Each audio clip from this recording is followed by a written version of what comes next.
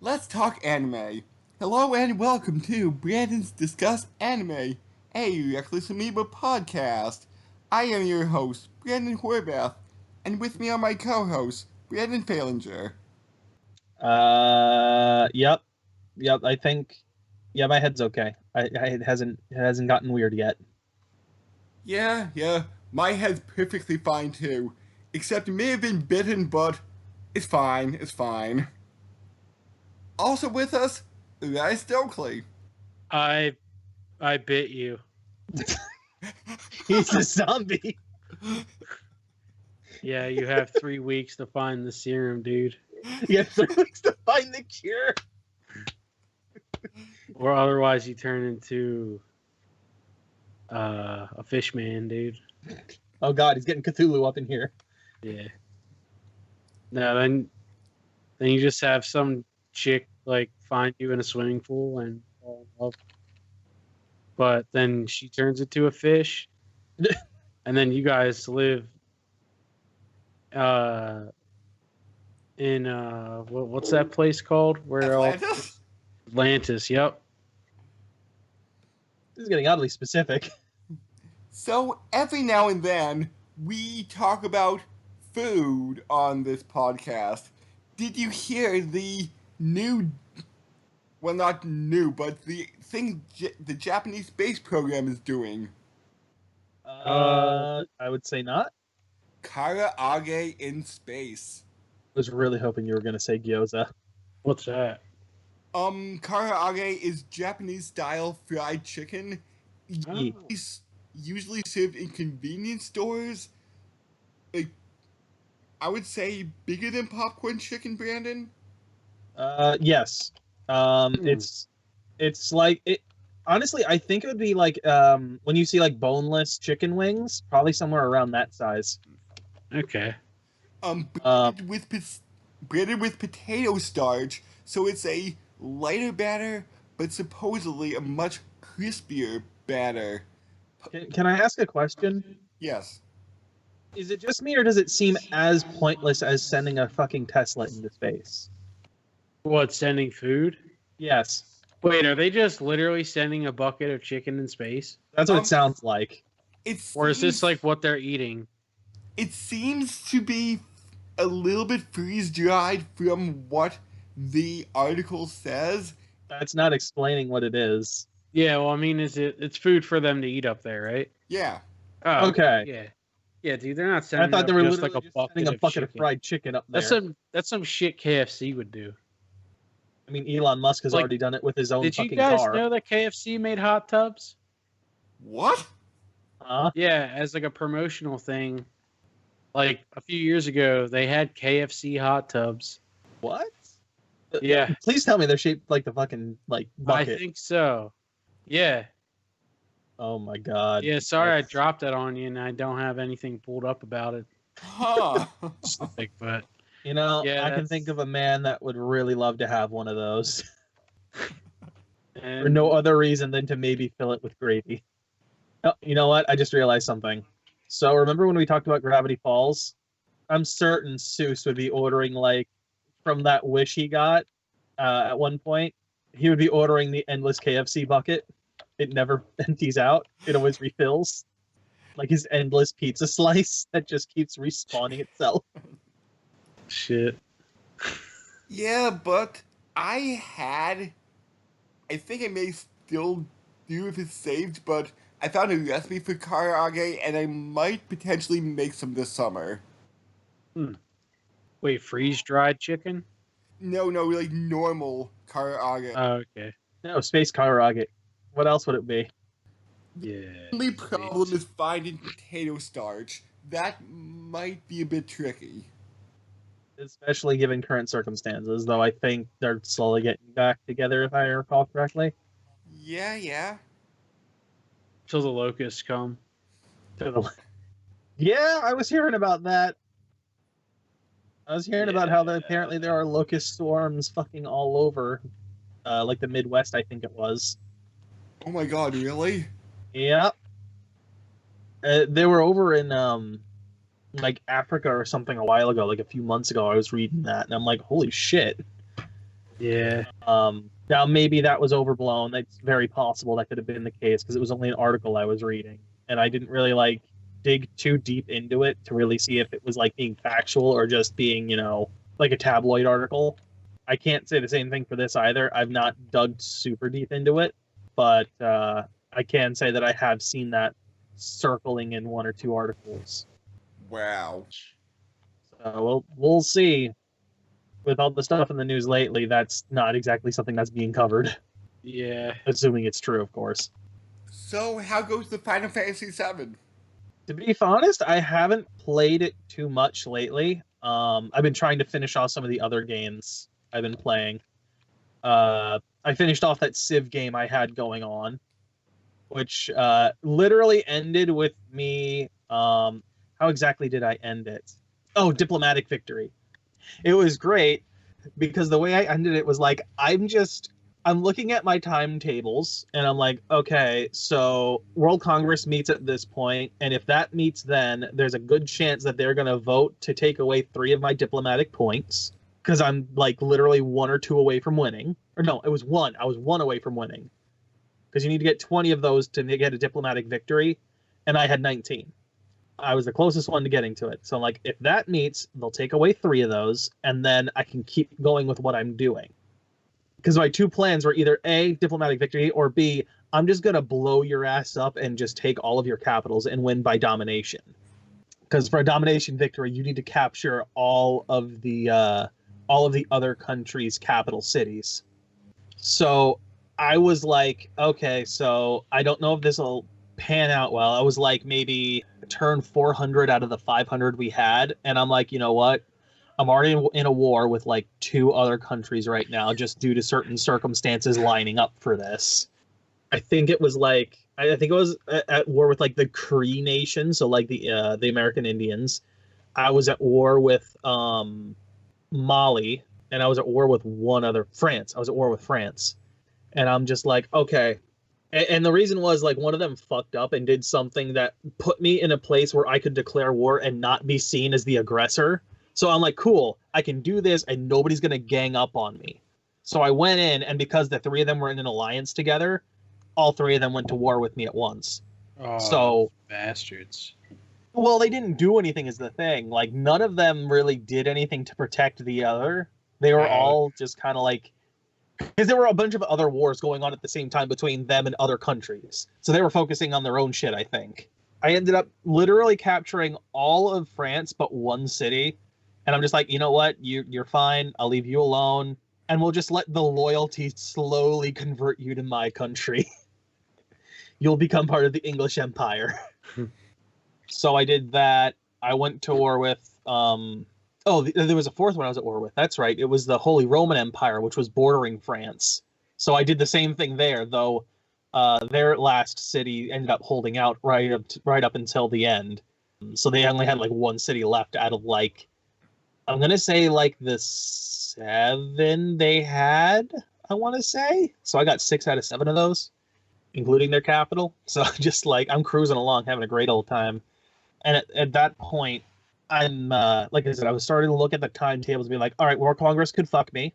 We have like these world events going on where it's like, cool, I just got more points from that last round where it was like everybody send aid to this country, and the person that sends the most aid gets a diplomatic victory point, or gets 2 at the end of it.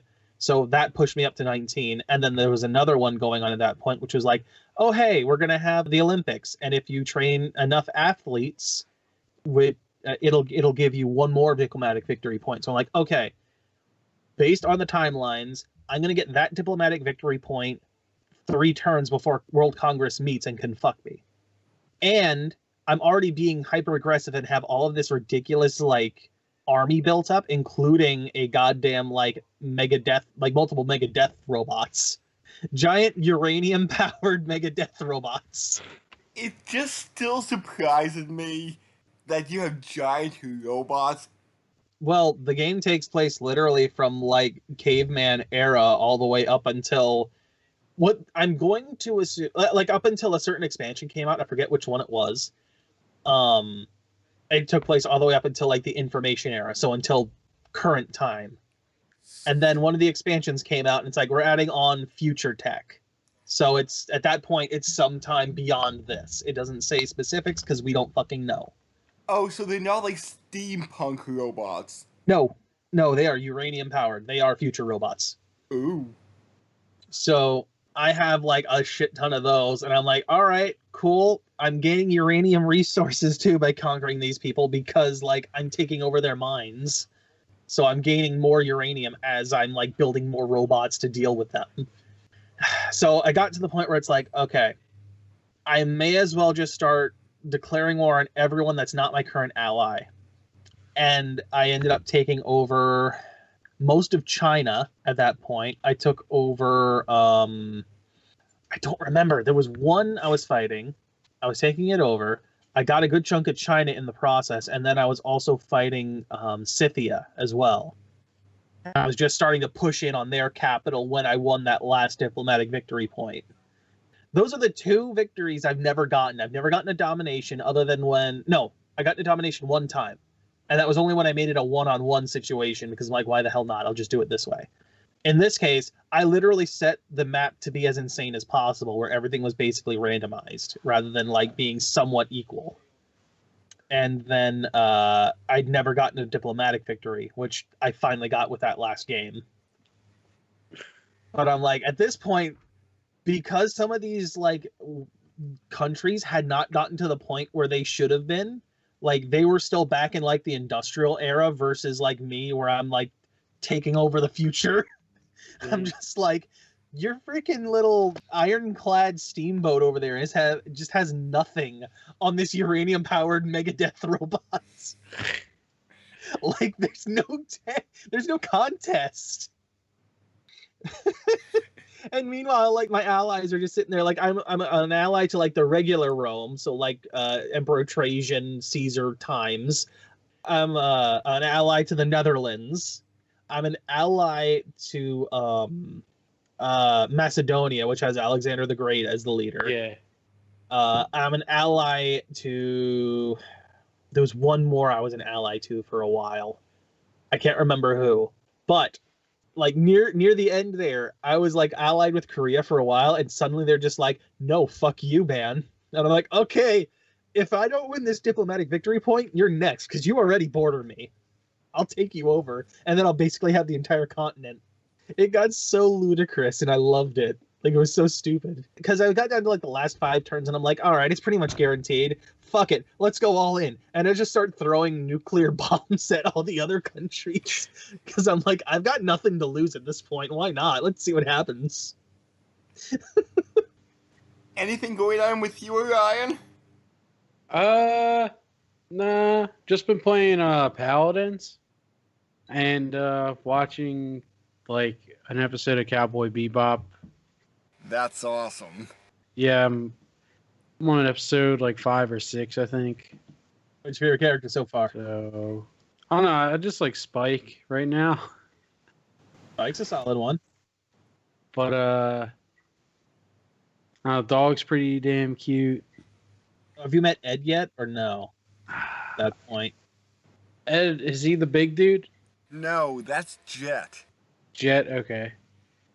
Ed's all right. kid. Yeah, Ed hasn't come in yet, I don't think. She comes in later. Like, she's Oh, the last no. one to show up. Okay, yeah, I did get introduced to her. I think Ed. the episode called?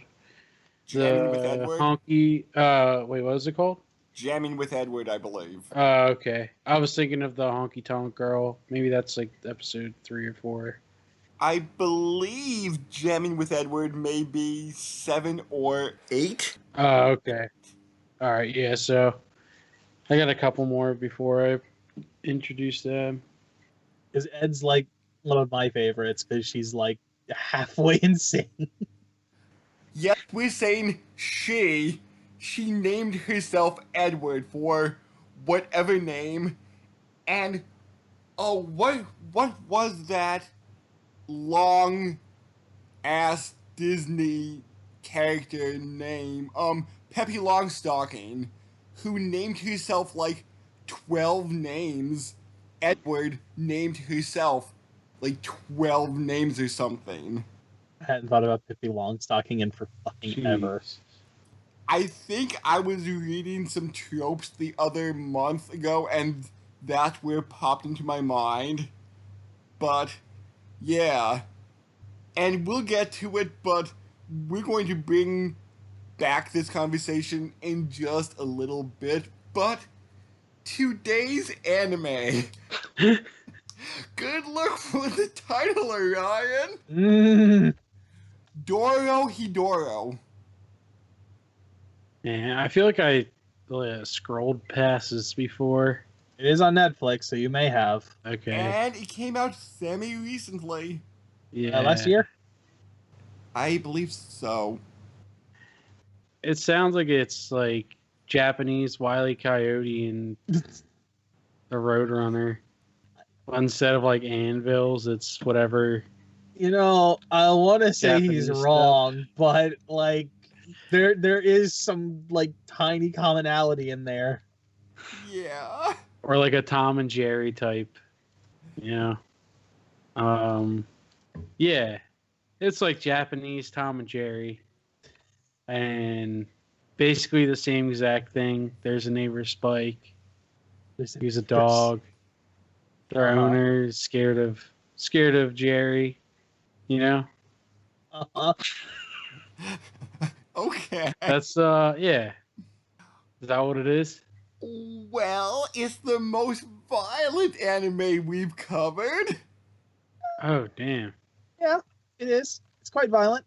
They are not afraid to show you the blood and gore that is happening. And from what you said, Brandon, the manga is probably much more intense. Oh yeah. If it's anything like regular anime, the manga is probably far more violent and like as much detail as it's going to show you. And what surprised me is I'm not 100% sure of this, but the writer of the manga is female.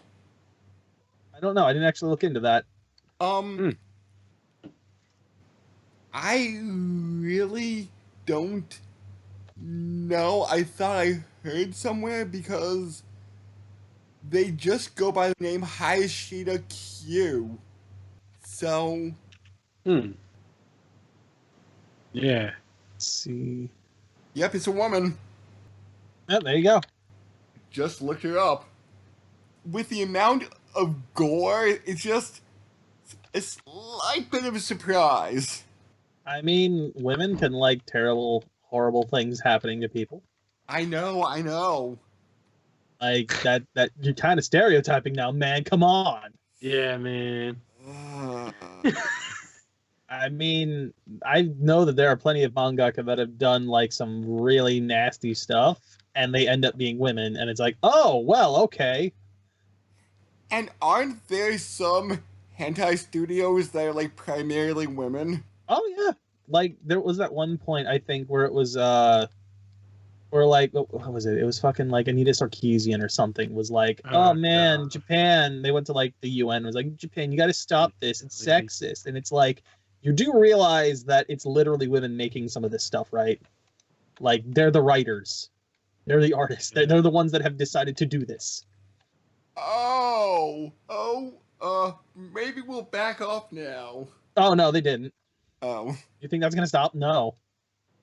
This is sexist, even though it's women who's doing it. They don't have an answer for it except to say that it's wrong. That's it. There's no actual answer to that for them. Stubborn and they're only right. No actual answer. Just like the mystery behind this anime. I mean, this is only season 1. Right, but you do have a theory, and are we going to do a deep end on this, Brandon? I don't think there's enough of it to like go into a deep end for just a single theory. Okay. And that will be probably near the end of the episode. Oh yeah. So, our main character has amnesia and a lizard head. Oh, okay. He has no idea how he got a lizard head, except he knows a sorcerer did it to him.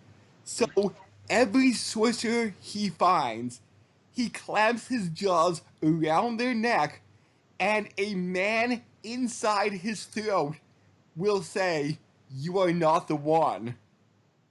It's not even that. It says other things too. Like the one character he ends up swallowing is literally told, "You got in my way."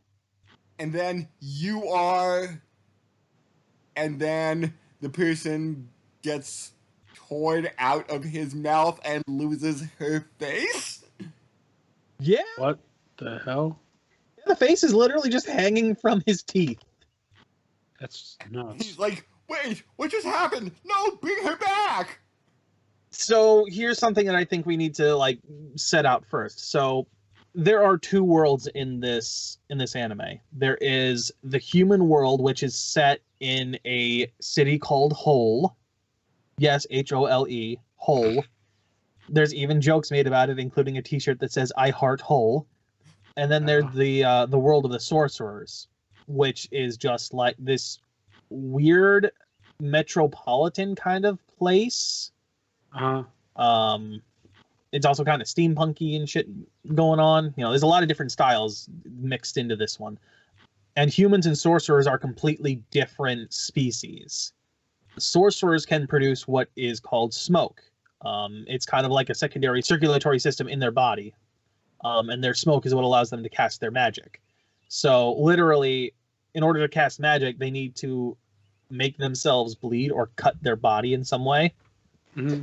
And the sorcerers tend to go over to Hole using their magic to create doors to get there, to test their magic on the humans that live there. So hence why our main character, Kaiman, has a lizard head.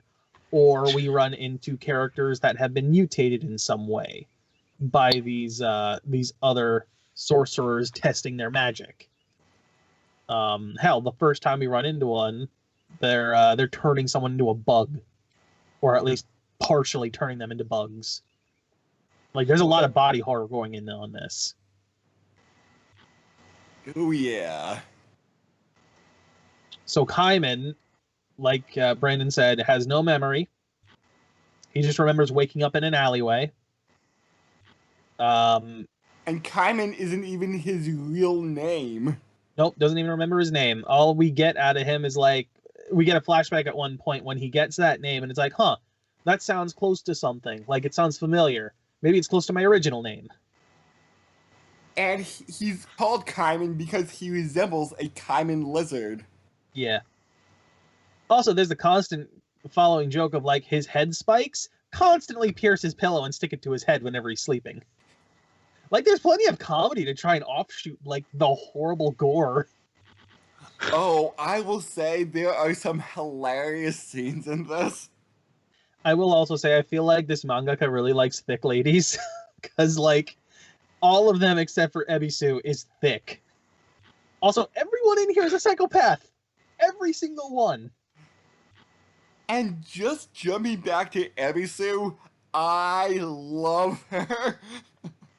Oh, she's great. Like, what is it? Episode 3, we get, like, fucking Dawn of the Dead zombies.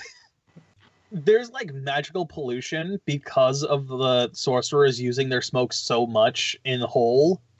To the point where, like, I guess every year, the magical pollution creates, like, essentially, like, a kind of, like, smog that soaks into the ground and causes the dead to rise up from their graves. Oh, shit. And they've literally turned it into a game where it's, like, depending on how many you kill... Like they're all embedded with like these little medals, and every time you kill one, it's an extra point, and there's prizes for how many points you get. Oh my god. It's freaking great. Ebisu is hilarious because we meet her when she gets her face ripped off, and she does get healed by somebody's magic later on. However, I feel like her mental faculties have never recovered. Like, fully. She seems so much like Ed from Cowboy Bebop. It's not even Ed. Like, she's just not there mentally half the time, whereas Ed is just playing around in her own head half the time. Ebisu is like there's literally a point where one of the characters has to try and dress her up, and he's like looking at the clothing that was ordered for this costume party, and he's like, how do I even assemble this? Because it's just pieces that zipper together.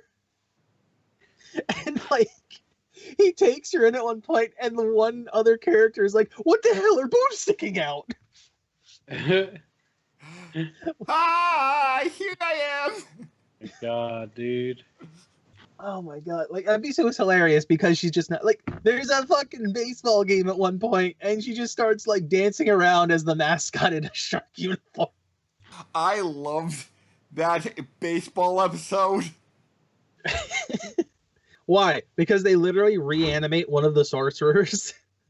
No, but it's just so crazy. Oh man.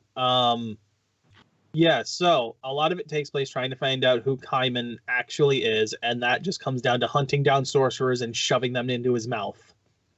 And then if they don't give him the answer he's looking for, he just kills them. Damn. It's like, well, I'm getting rid of a nuisance that's been, terrorizing people for how long?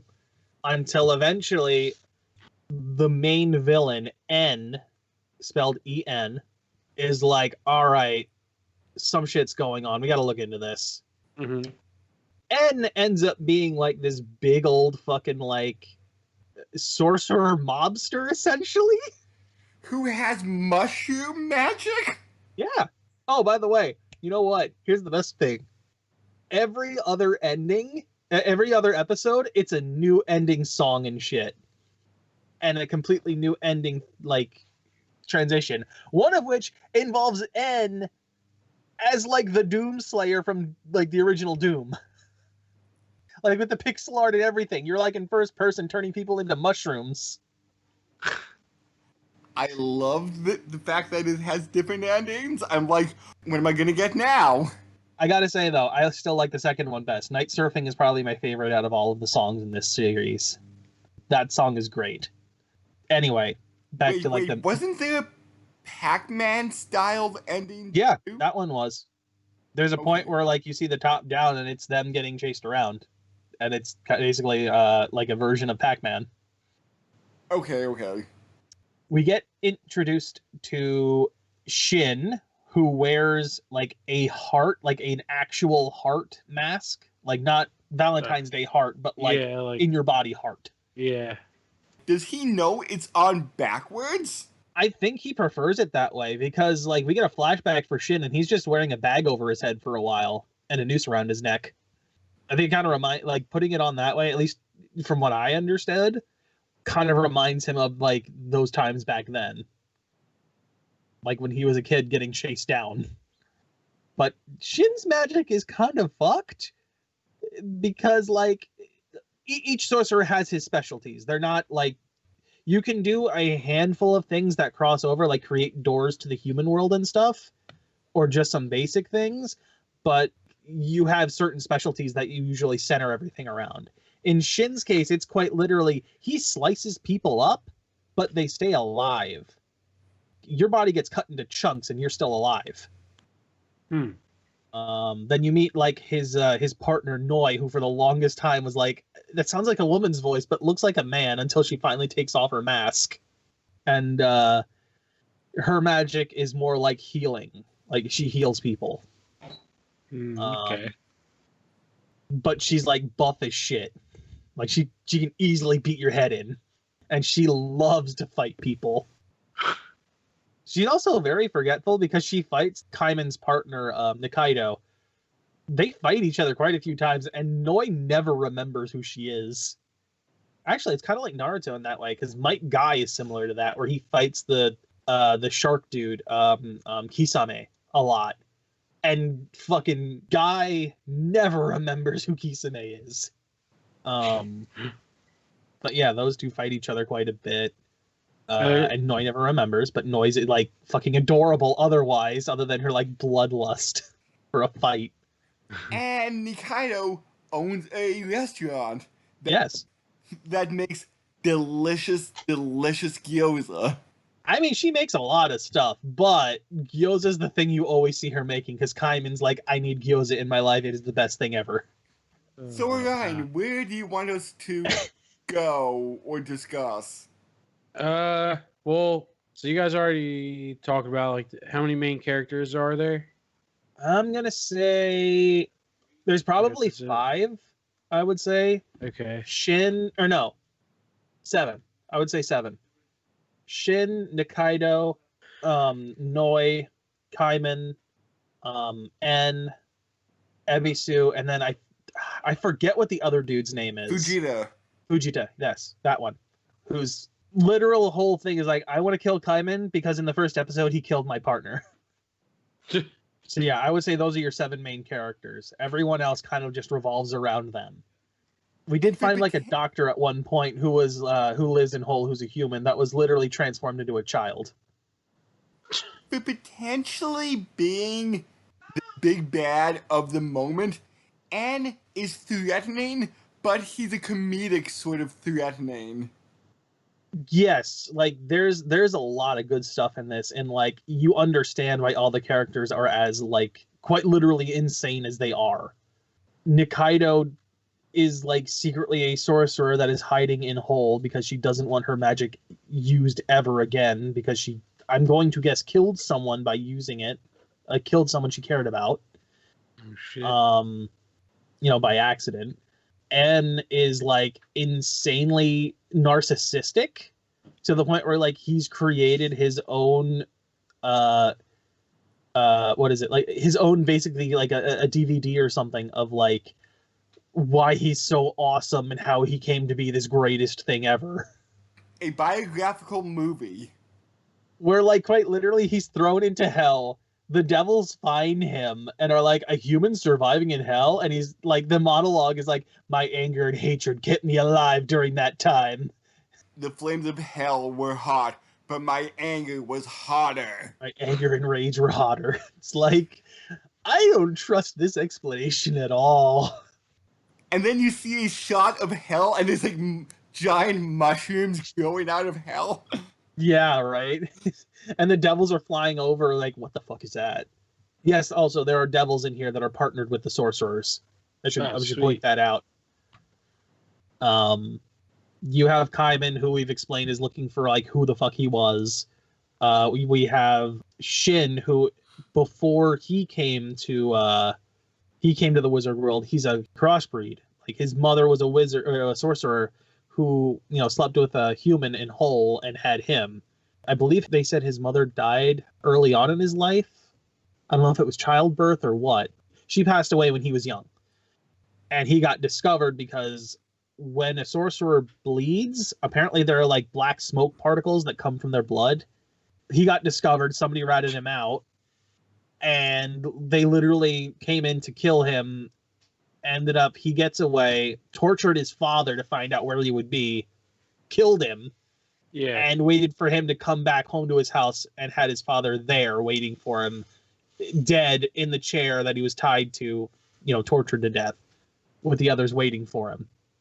Holy shit. So, he went a little off the deep end. You understand why he's an insane man. Yeah. That's...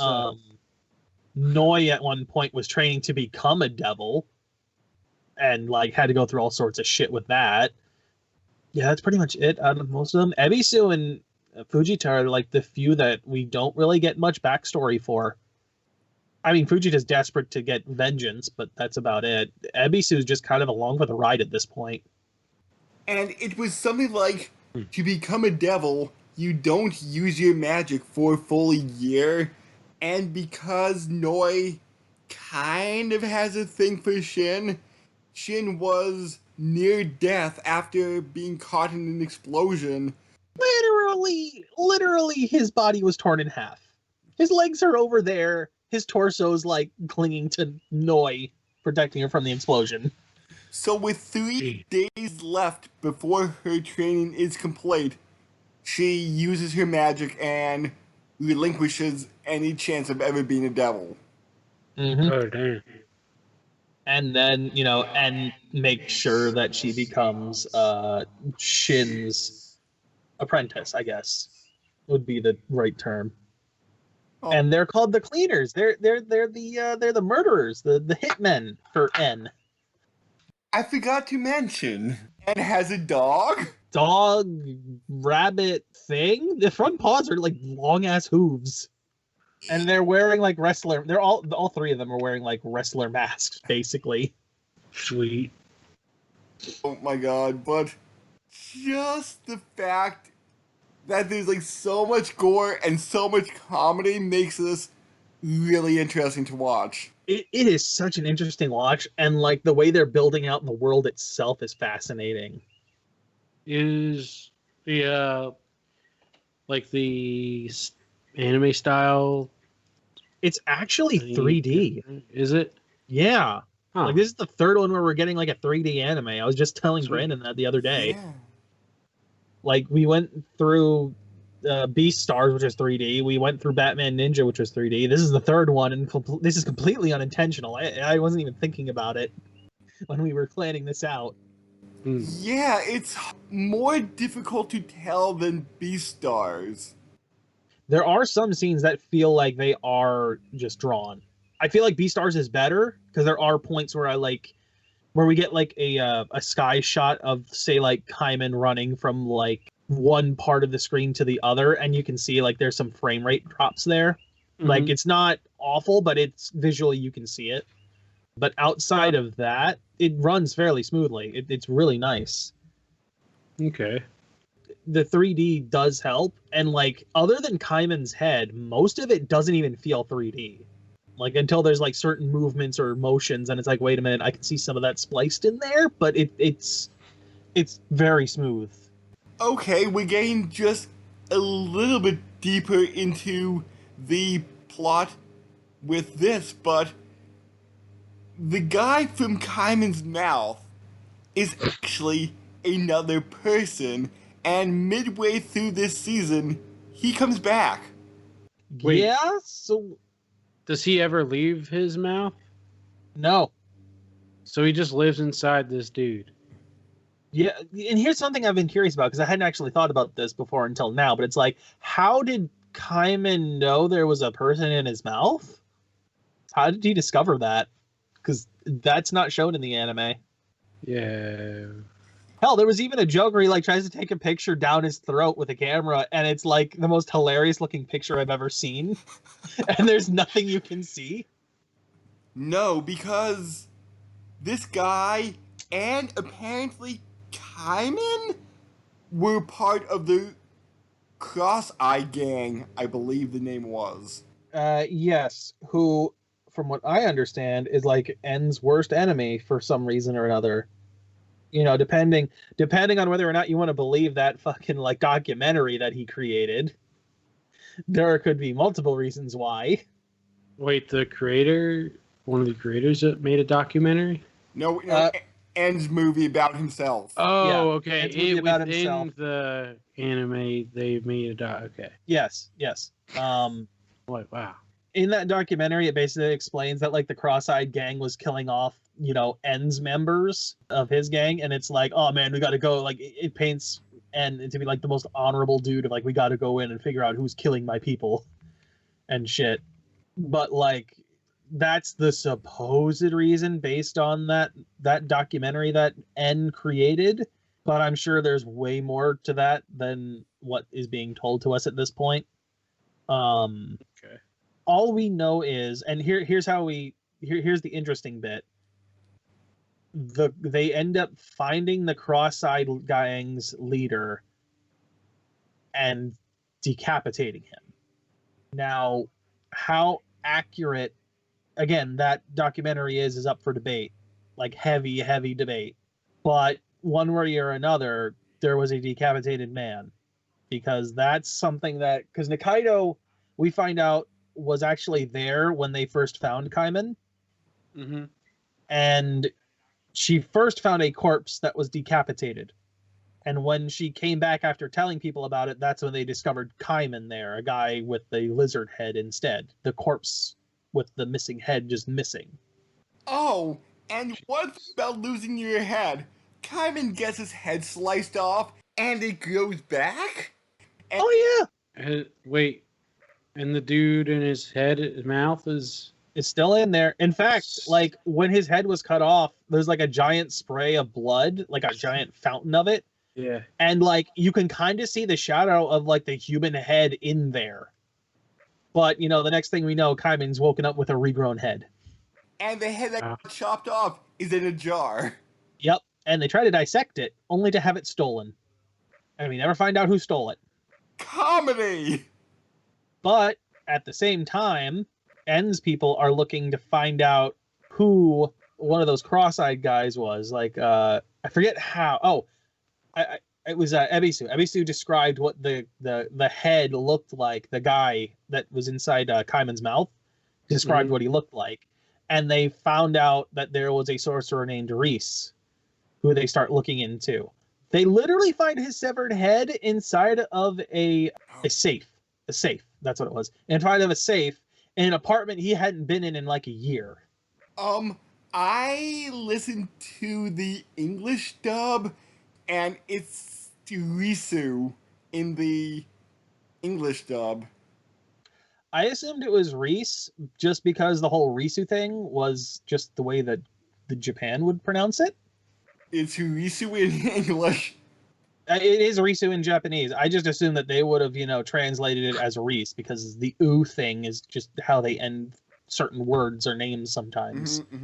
Either way, they find his severed head and they go through a bunch of shenanigans to try and get answers out of it. By like both creating like a duplicate that that's how they found his apartment. They created a duplicate of that person, and they found that head, and Shin destroys the duplicate because the duplicate starts for some reason attacking him after finding that head. The hell? Which it's not supposed to do. So he destroys it. He ends up taking the head. They get that like dog thing at some point that resurrects the head, and they attach the head to like this mechanical body that is run off of Mage's smoke. Hell, there's a fucking point where like N is riding around in what looks to be like a flying motorcycle, but it's just a vacuum cleaner. Oh, sweet. What movie was that where the girl rode on the vacuum cleaner? Wasn't there like an anime movie or something? Was it Kiki's Delivery Service? No, Kiki had a regular broom. Unless I'm misremembering a portion of that. I think there's like a part where they take her broom. There's quite a few where witches have been like replacing brooms with vacuum cleaners. Yeah, I think I've also seen that in different Sabrina places. the Teenage Witch did that too, so I might be thinking of that. I've seen that in different places. That's not the first one that's done that. Yeah. But so they end up getting to the point where they're talking to Reese, and then they lose Reese because he escapes when there's a whole bunch of shit going on. And Reese seems to know a lot more than he let on at first. Like, he remembers being killed by another cross-eyed person, or cross-eyed gang member, but he doesn't know why or how. So he's looking into that.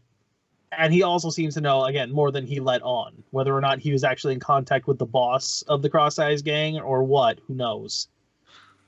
And Risu kind of looks a little bit like Kaiman. He has spikes in the back of his head. Mm-hmm. See, but by the end of the series, we get a pretty good look at the guy inside Kaiman's mouth. Because through most of the series, he's cloaked or something, or he's, just got shadows over him. And the one we saw inside his mouth, he does not seem to have the spikes. And he has much longer hair than Risu has. So, is the guy in his mouth Kaiman's real head? That's the second question. The third question is, from what I remember of the flashbacks, the body that Kaiman has is way more built than Risu's body. It's got way more muscle mass. Yeah. There is a muscle difference between them. And we even got a point where they, pass each other in the street without realizing it. And I think Kaiman is taller. And I don't even mean counting the lizard head. I think he's a good, his shoulders are taller than Risu's. So Risu is not Kaiman. I don't think so, unless the magic that was used on Kaiman changed him like that as well. Oh, there's also a really big point we should put in here that I think we forgot to mention. For some reason, Kaiman is not affected by other people's magic. Their magic does not work on him for some reason. They never explain it. No, nobody understands that yet. Nobody understands why he's not why he's immune. Magic does not work on him, and nobody knows why. Maybe because he has the lizard head, I'm just going to say curse on him. I don't think that's going to work because magic, what was it? They had Johnson, who's like quite literally a giant bipedal cockroach monster. Shocking! Yes, who only says like a handful of words. But one of the things that's there is that we get to see him get affected by N's magic, even though clearly Johnson's been affected by like some bug magic already. So it's not like magic cancels out magic. Like if you're affected by one spell, you can still be affected by another one. Oh, and something interesting. Ebisu has lizard magic. She can turn things and herself into a lizard. Yep. There's even a hilarious point where she turns herself into a newt by accident and can't even fight. So, Ebisu do that to Kaiman. I doubt it. They said Ebisu got in the way, but I don't think it was Ebisu that did that magic to him. She didn't seem to recognize him at all when they first met.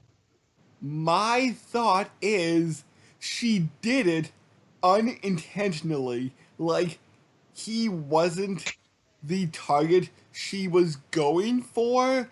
Like, so, sorry, it could very well be that's the case. However, I think there's a little aspect we need to throw in here too that I forgot about. Ebisu is addicted to a thing called black powder, something that the Cross Eyes gang peddles.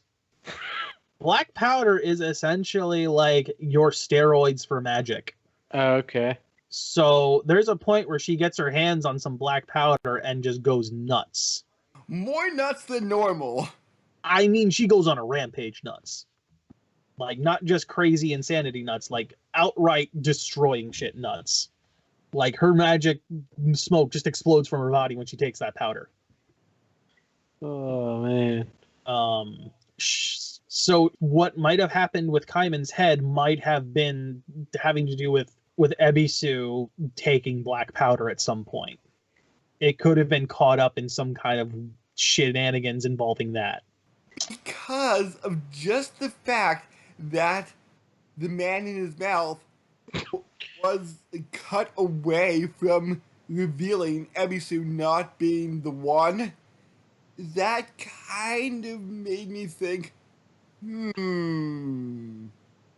It feels like it'd be too soon for that to be the direct reason. Like, it feels way too early for that. Like, the line we get from the man in Kaiman's mouth is just, hey, you got in my way. He didn't say that she was the one.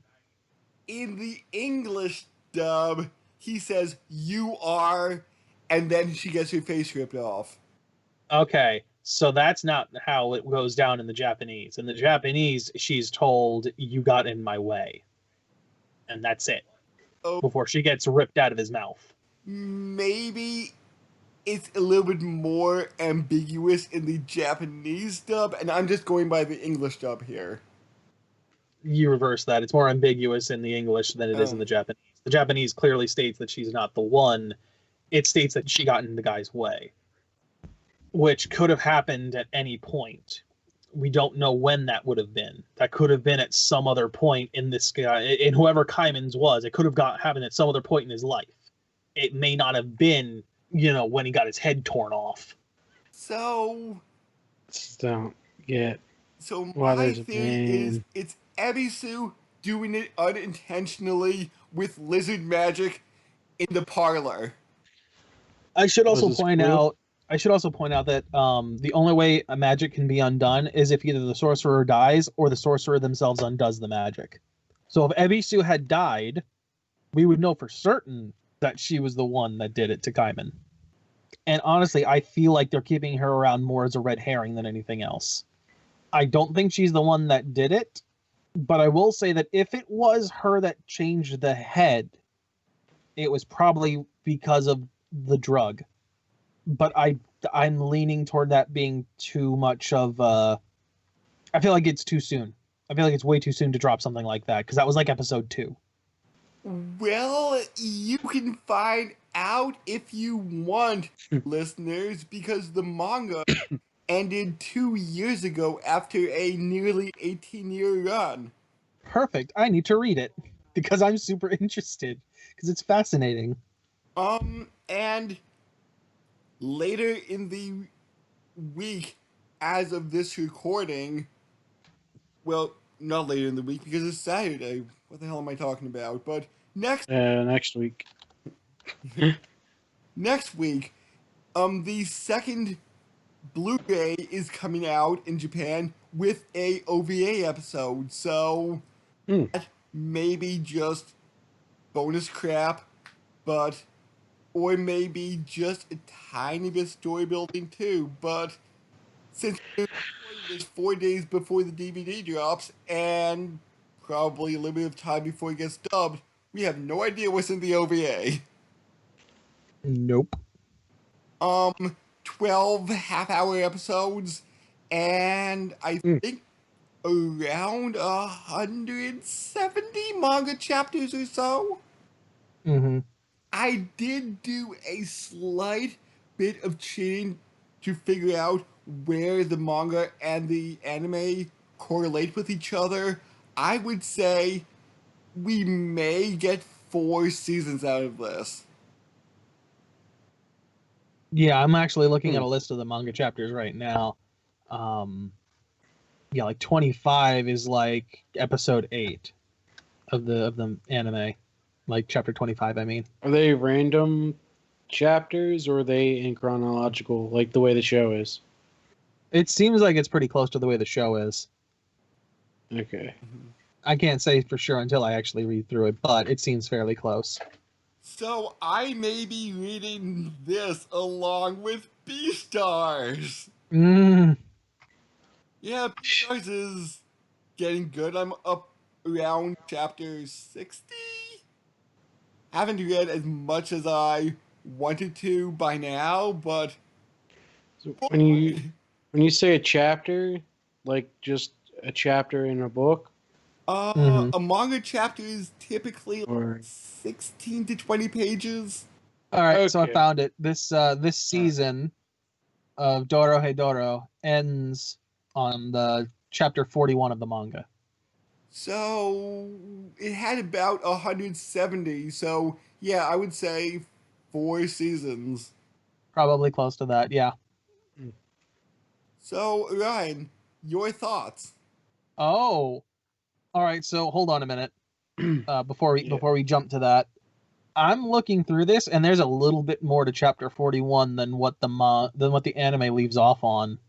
Do you want to get into like the last episode yet, or are you gonna leave that for now? We can talk about the last episode.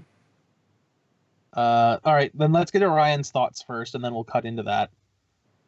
well, I think the most confusing thing is just a guy inside of a guy's mouth. It's weird. That's just Oh. creepy. And one thing, for some reason, Kaiman's mouth is a TARDIS.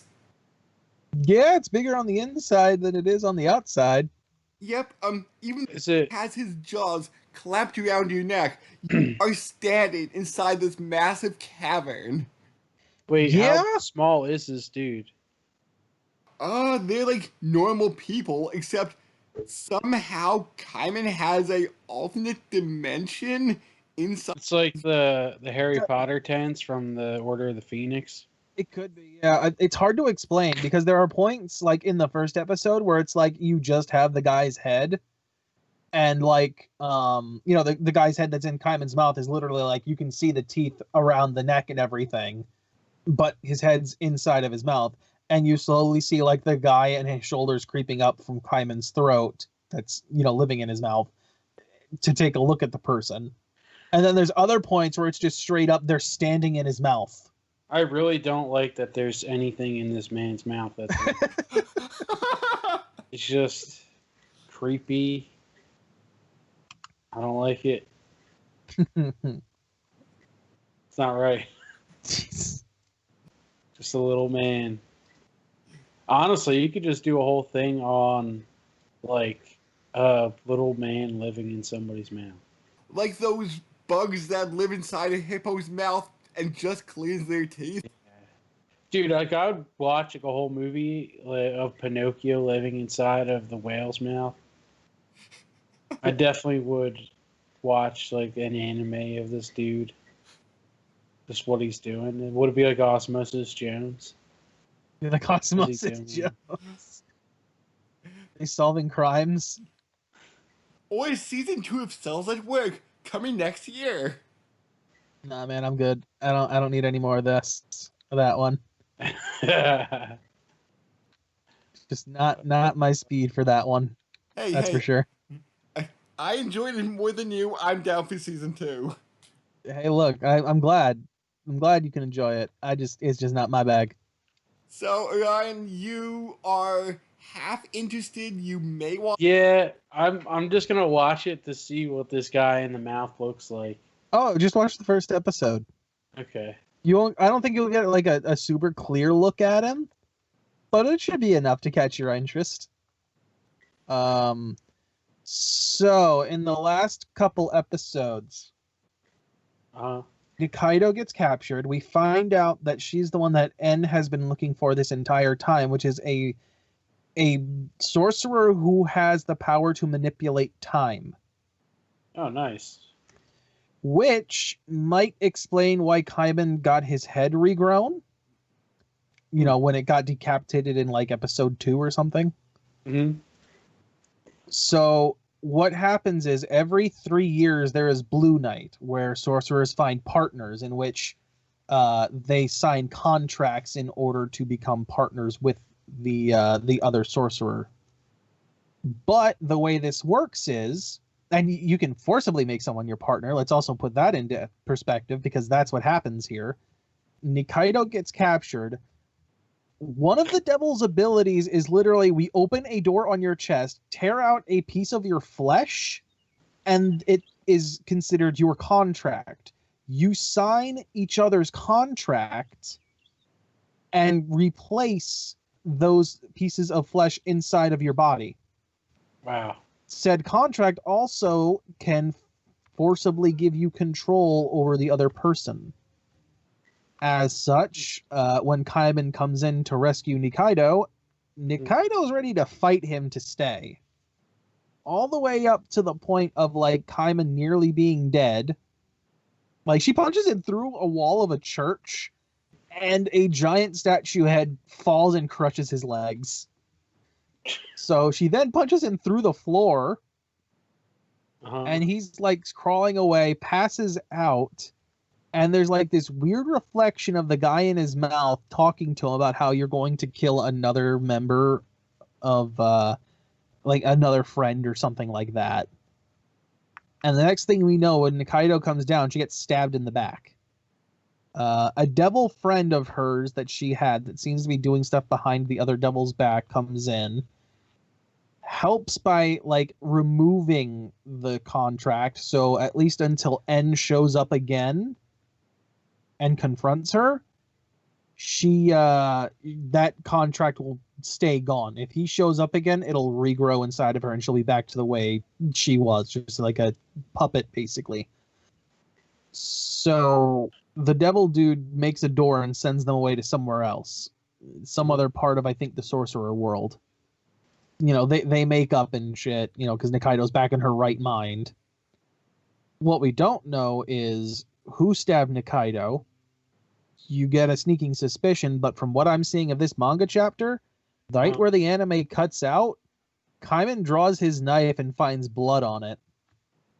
Oh. And he was refusing to, like, use that on Nikaido during their fight. Like, he would not draw his knife. He was just, like, trying to punch her and kick her and get her to, like, essentially knock her out and take her with him. Damn. So there's a pretty damn good hint that whatever the hell happened was Kaiman, even though what Nikaido remembers, it was not Kaiman that attacked her.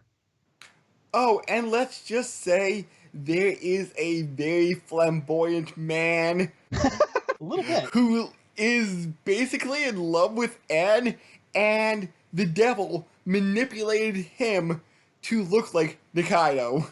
Yeah, to at least hold off for a while and looking around trying to find her. At first, he was so pissed, like, why do I look like that bitch? Oh yeah, he wanted Nikaido dead so he could be En's partner. He's also holding on to the contract that the devil pulled out of Nikaido. I would be super curious what like his first thought was like how he could fuck around. Like, now that he looks like Nikaido, he could make En hate her. And it's like the devil's like, I know exactly what you're thinking. Don't fucking do it, or I will send you to hell.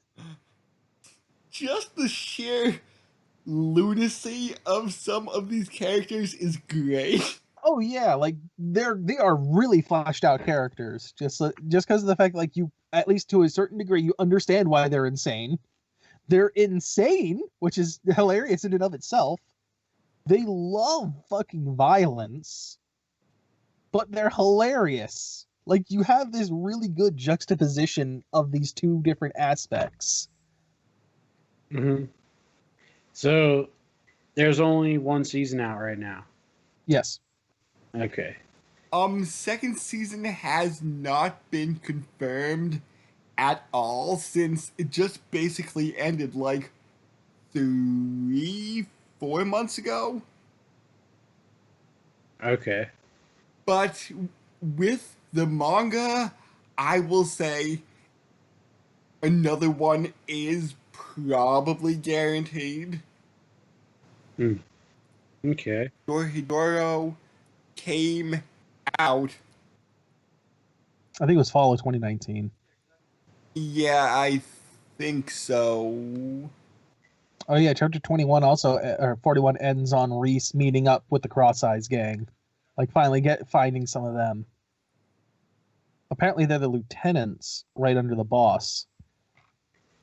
It actually just ended in March of 2020. So that's about 3 months ago. Oh my god, I just noticed this. I can't believe I didn't notice this before. Apparently, at least for these two, I don't know if it's the case for the other ones, but for Noi and Shin, they're wearing fucking Nike sneakers. That's hilarious. They have the... There's your brand crossover. Oh, really? Yeah? Huh. Let's see here. Copy. I'm gonna go ahead and paste this in the chat. Hopefully it goes quickly enough. And if you just take a look at those shoes, Yeah. you can see the Nike swoosh. Yeah. Yeah. No clowning around. Those are definitely Nike sneaks. Oh, wow. Going from the opposite of... Oh, wait, are we done with the discussion? Ready to go into the teaser? There's still the theory I had, which Okay, I never got a chance to okay. go on to. I thought your theory was going to be Ebisu, but what's your theory? My theory, like, I'm almost guaranteeing this at this point, is that Kaiman was originally the boss of the Cross Eyes gang. I think the reason Risu got involved is because he was going to use his head. I think that's how it was working. I think that the Cross Eyes gang boss was always changing out his face for someone else's. In this case, he was swapping heads with people. I think that's how Reese gets involved. That's why I don't think Risu is actually the body that Kaiman has. The reason that the face looks like Risu's is because that was one of the faces he was wearing at the time when, like, En and stuff got in there to kill him. Oh. I think Risu was just the last face he had taken. And it makes sense, too, because what we know about Risu is he can barely produce magic to begin with. Like, he can't make smoke. And the Cross Eyes really don't use much magic. No, most of them are not magic users. Can't say for sure about the boss, he might be different, but if that's the case, he's been swapping heads with people, and Risu was just the latest one. And when they ended up decapitating him, he got away. Whether or not it's Ebisu or someone else, they got involved. I don't know for sure how this plays out at this point, but something happened with the decapitated head. I don't know if some other magic was used or what, but the head must have like regrown, but it either regrew as a lizard head or got replaced with a lizard head. Like, that's the only things I can think of. Like, what happens after the body gets through that door is still kind of up in the air for me. But my theory is most definitely that Risu was the last victim of the boss, replacing his head to keep his identity secret. Kaiman is the boss. That's what I'm leaning toward. I buy the idea of N's documentary in that the boss got away as a headless corpse, essentially. Because that's the last thing you see in there, and that's why, at least by his estimation, and this is said outside of the documentary, he wants to go back in time to make sure the Cross Eyes boss is dead. And that what he thought he saw wasn't real. Interesting. So I'm going out on a limb and saying that part at least happened. That the cross-eyed boss escaped while being headless, but the head he had at the time was Reese's. And I can't say for sure if N or anyone else got a good look at him, because from what N says in that documentary, he blacked out and his magic kind of went insane.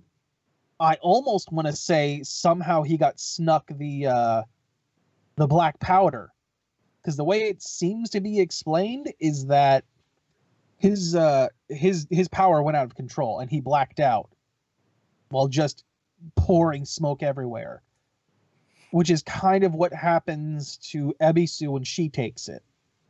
And it doesn't seem that N's gang really are with him 100% of the way, because they were hanging out with Kaiman's gang on semi-friendly terms.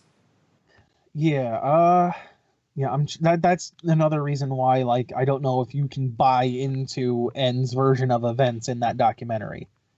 We do know for a fact that, like, something happened where N went nuts and there was definitely mushrooms everywhere. Like, an entire city got turned into essentially mushrooms. So that's why I think N somehow got slipped the black powder and his power went off and insane. And when he came to, the last thing he remembered seeing was the decapitated boss leaving. So whether or not he ever got a good look at what the boss's face looks like is up in the air, because he clearly doesn't recognize Risu. Yeah, there's a lot about that night, those events that are up in the air as to what actually happened. But my feeling is definitely that Risu was the last victim.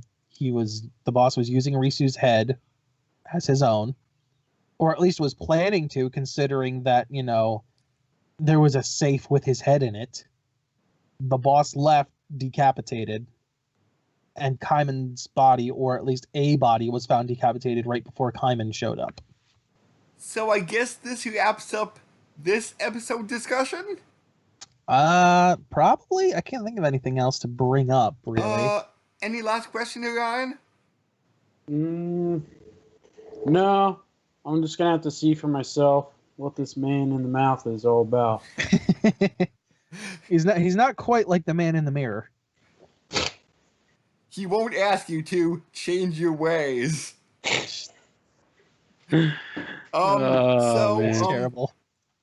Going from hell and demons to heavens that we will pierce next time. I think that's more than enough information. Believe in the you that believes in me. We all will. So, until then, later. Bye. See you guys.